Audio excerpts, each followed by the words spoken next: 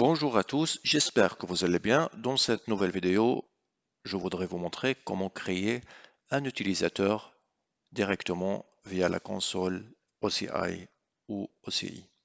Du coup, et OCI bien sûr, c'est pour Oracle Cloud Infrastructure. Du coup, première chose à faire, en fait, je vais cliquer sur le menu, ici en haut à gauche, et là, je vais chercher en fait le Governance and Administration. Et sous Governance and Administration, je cherche Identity, et là je vais appuyer ou cliquer sur Users.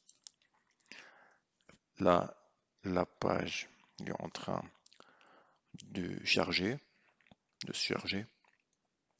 Du coup, première chose à regarder en fait sur la page, en fait les différents users sur ma console. Du coup, là pour créer un utilisateur, je vais appuyer sur Create User. Et là, en fait, on a deux informations obligatoires. C'est le name, le nom de ce user, et c'est la description donnée à ce user. Du coup, concernant le nom, je vais choisir le nom Marc, par exemple. Pour la description, je vais dire que c'est un utilisateur. Pour le email, c'est optionnel. Et là, si je clique sur option avancée, je vois que je peux ajouter un tag, une clé pair pour taguer le user. Du coup, là, ces deux emails et les tags, c'est optionnel. Là, je vais créer l'utilisateur en appuyant ou en cliquant sur le mot Create. Là, c'est bon. L'utilisateur Marc ou nommé Marc, il est en statut active. On voit bien son description. Email, on peut l'ajouter et la date de sa création. Du coup, pour modifier, en fait, on a deux options. Soit on clique directement sur le nom de l'utilisateur, soit sur les trois points. Du coup, sur les trois points, je peux avoir en fait regardé en détail l'utilisateur. Je peux le supprimer, ajouter un tag ou même copier en fait le Oracle Cloud ID. Du coup, son ID. Du coup, là, je vais regarder View Details. Et là, on peut, avec Edit User, je peux changer sa description, je peux ajouter un mail si je veux. Et là, c'est important, je vais créer ou réinitialiser son mot de passe.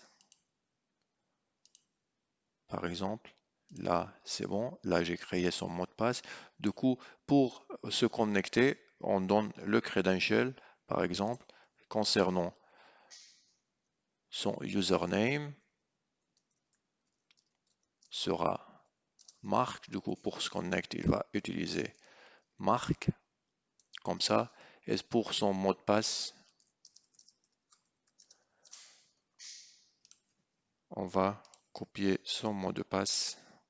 Et là, on va le mettre là.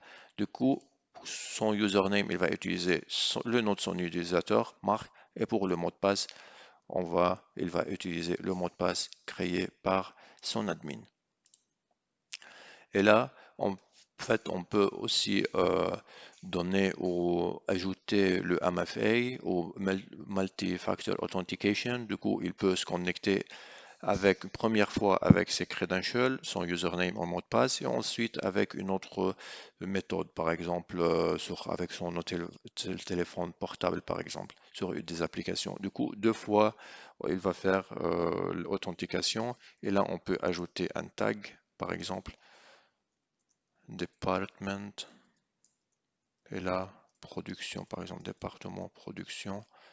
Du coup, on peut l'ajouter comme ça. Et là, on peut voir son ID, la date de création, fédéré ou non. Et là, concernant la capacité, comment il peut se connecter, par exemple avec une password, avec une clé API, avec des tokens, credential SMTP, Customer Secret Keys, etc.